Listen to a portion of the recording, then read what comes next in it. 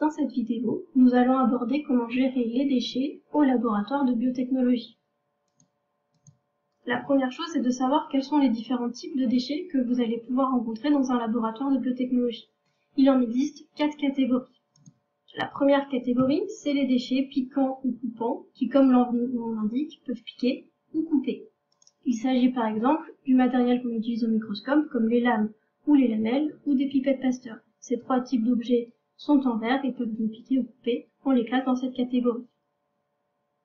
La deuxième catégorie de déchets que l'on peut rencontrer, c'est les déchets chimiques, qui sont caractérisés par un pictogramme de sécurité. C'est par exemple les solvants des manipulations ou les différentes solutions que vous allez pouvoir utiliser, comme par exemple le sulfate de cuivre. Troisième type de déchets, c'est les déchets à risque infectieux, c'est-à-dire des déchets qui pourraient potentiellement contenir des micro-organismes pathogènes, qui pourraient donc nous infecter et nous rendre malades.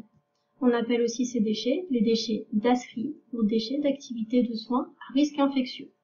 C'est par exemple les liquides biologiques, tels que le sang ou l'urine, les milieux de culture qui contiennent des micro-organismes, ou encore les boîtes de pétri avec des cultures de micro-organismes dessus. Et enfin, la dernière catégorie, c'est les autres déchets qui ne sont pas dangereux, comme par exemple le papier, le sopalin ou encore les pipettes compte-gouttes qui contiennent de l'eau. Il y a donc une multitude de déchets dans le laboratoire. Où est-ce qu'on va éliminer chaque catégorie de déchets? Pour cela, il faut visualiser les différentes poubelles qui sont à disposition dans le laboratoire. Vous avez donc ici une photo de chaque lieu de récupération des déchets du laboratoire de biotechnologie. Premièrement, la poubelle classique que l'on retrouve à l'entrée du laboratoire. Dedans, on va y mettre les déchets classiques que vous connaissez, c'est-à-dire les déchets non dangereux, tels que le papier, l'essuie-tout pour se laver les mains, etc. Vous avez ensuite au niveau de votre paillasse 2 petites poubelles de paillasse, une première petite poubelle qu'on appelle une poubelle de paillasse pour déchets ménagers. En fait, cette petite poubelle, c'est comme la poubelle classique, mais en version miniature à sa paillasse, pour éviter de se déplacer tout le temps dans le laboratoire et mettre les petits déchets directement assis à sa paillasse. Donc comme c'est une mini poubelle classique, dedans on va y mettre la même chose que pour la poubelle classique, c'est-à-dire les déchets non dangereux. Vous avez ensuite à côté une poubelle d'ASRI de paillasse que l'on reconnaît grâce à ce petit pictogramme ici. Cette petite poubelle d'ASRI, elle est en plastique dur et vous allez retrouver exactement la même en version grande au niveau des paillasses latérales à côté de la haute, qu'on va donc appeler un conteneur d'ASRI. D'ASRI, on se souvient, c'était les déchets infectieux. Donc à l'intérieur de cette petite poubelle ou de cette grande poubelle d'ASRI, on va y mettre les déchets contaminés, c'est-à-dire qui présentent un risque infectieux, un risque biologique. On va mettre dans la petite ce qui rentre et dans la grande les plus gros déchets qui ne rentreraient pas dans la petite poubelle de paillasse. Mais ce n'est pas tout. Dans cette poubelle d'ASRI, que ce soit la petite ou la grande, c'est un plastique dur. Donc on va également y mettre des déchets coupants et tranchants. Tous les déchets coupants et tranchants doivent être éliminés dans les poubelles d'ASRI. On a ensuite le panier autoclave qui se trouve sur la paillasse latérale à côté de la hotte, à l'entrée du laboratoire. Le panier autoclave, l'autoclave, on se souvient, c'est cet appareil-là qui nous permet de stériliser. Vous avez 2 types de paniers, un grand, un petit. Le grand, c'est pour les grands tubes, c'est-à-dire les tubes à essai. Le petit, c'est pour les petits tubes, c'est-à-dire les tubes à hémolyse. Si l'autoclave, ça nous permet de stériliser les tubes, à quoi va nous servir ce lieu-là d'élimination? À éliminer les tubes contaminés, puisque effectivement l'autoclave c'est pour stériliser. Ainsi, dans ce panier à autoclave, on va mettre des tubes qui doivent être stérilisés. Donc ça va être le lieu pour éliminer les tubes qui sont contaminés, qui présentent un risque biologique, un risque infectieux. Et enfin, le dernier lieu d'élimination des déchets, c'est le bidon de récupération, qui se trouve en fait juste à côté des paniers à autoclave. Dans le bidon de récupération, vous l'avez déjà croisé normalement en chimie, on va en fait récupérer les solutions chimiques qui présentent un risque s'ils sont rejetés à l'environnement, donc les déchets avec un risque chimique. Ça fait quand même beaucoup d'informations tout ça. Comment facilement s'y retrouver? Comment je fais quand je suis dans le laboratoire, que j'ai un déchet dans les mains et que je veux savoir où le jeter?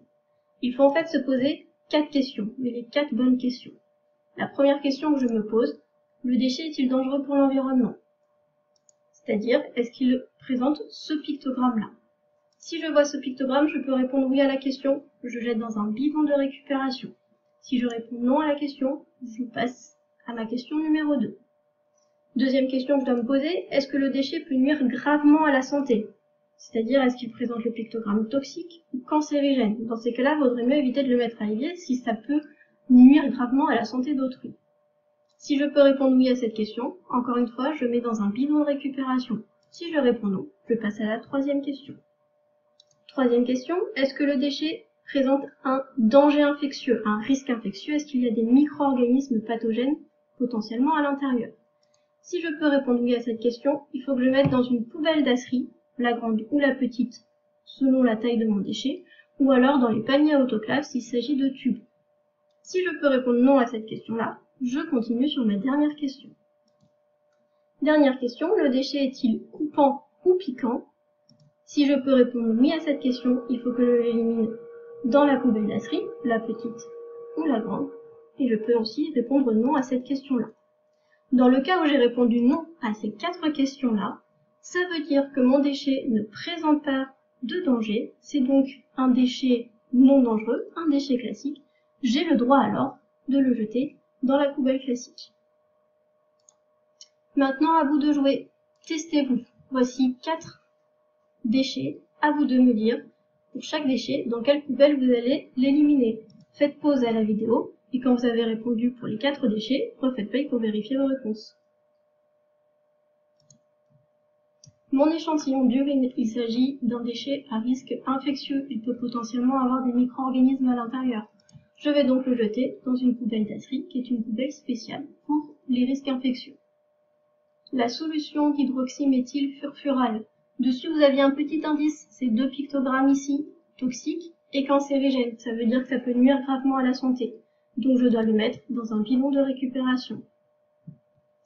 Ici, vous avez des lames suite à une observation microscopique. Les lames, c'est en verre, donc ça peut potentiellement me piquer et me couper si je le mets dans un simple sachet plastique de poubelle. Donc comme il s'agit d'un déchet coupant, je vais donc le mettre dans la poubelle dasserie. Et enfin, le papier filtre usagé, il ne présente aucun danger, il n'est ni coupant, ni dangereux pour l'environnement, ni dangereux pour la santé, ni un risque infectieux. Donc j'ai le droit de le mettre dans la poubelle classique. Ce que je dois retenir de cette vidéo, il faut que je retienne qu'il existe différentes catégories de déchets. Les non dangereux, les à risque infectieux, les chimiques et les piquants coupants. Selon chaque catégorie de déchets, je vais l'éliminer dans une poubelle adaptée, la dasserie, le bidon de récupération, etc. Et enfin, vous devez être capable en laboratoire de gérer vos déchets tout seul, c'est-à-dire de vous poser les bonnes questions et de savoir dans quelle poubelle je dois mettre chaque déchet. Et voilà, la gestion des déchets au laboratoire de biotechnologie n'a plus de secret pour vous.